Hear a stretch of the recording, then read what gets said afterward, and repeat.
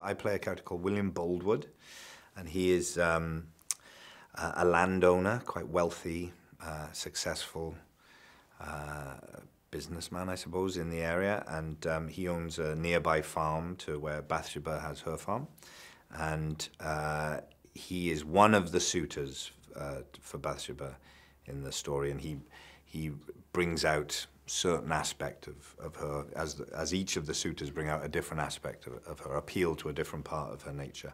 So he offers her wealth and security and comfort, which, you know, is very important then, if not more important then than now, given that her fortunes can go up or down, and her livelihood and her survival really depends on those things. So there's definitely a draw to him in terms of what he can offer.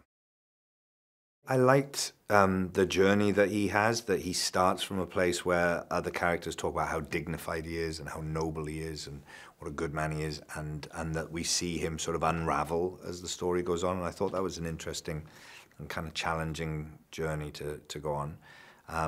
Also, I thought that the director, Thomas Vinterberg, was a really interesting choice for this film. He's not someone that you would obviously think would be drawn to doing a classic kind of period film, watching his other films. So I thought that was really interesting. And the fact that Carey Mulligan was playing Bathsheba, you know, made it a very enticing prospect as well. His two most well-known films are probably Feston and The Hunt, which was a recent film.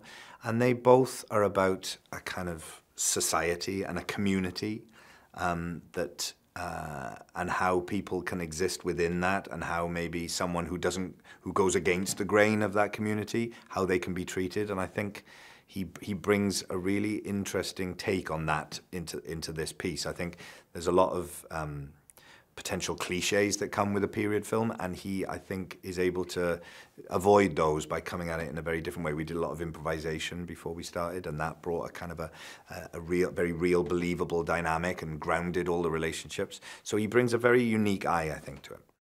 But I think David Nichols, who wrote this, did the interpretation, the adaptation. If it's a favorite novel as well, you have to cut. I mean, you can't adapt everything, so you're always going to leave things out that are special to some people, and it's very difficult to please everyone. So I think someone like David, as he did with this, just has to go with his instincts and tell the story that he wants to out of it, you know, and carve out what he thinks, release what he thinks is in there that speaks to him. And I think he's done a great job. I think it's extraordinary what Hardy wrote, and the fact that as a film now, watching it now, it feels so contemporary and kind of, it really stands out amongst other things, says a lot, not only about what Hardy did, but also about our culture, I suppose.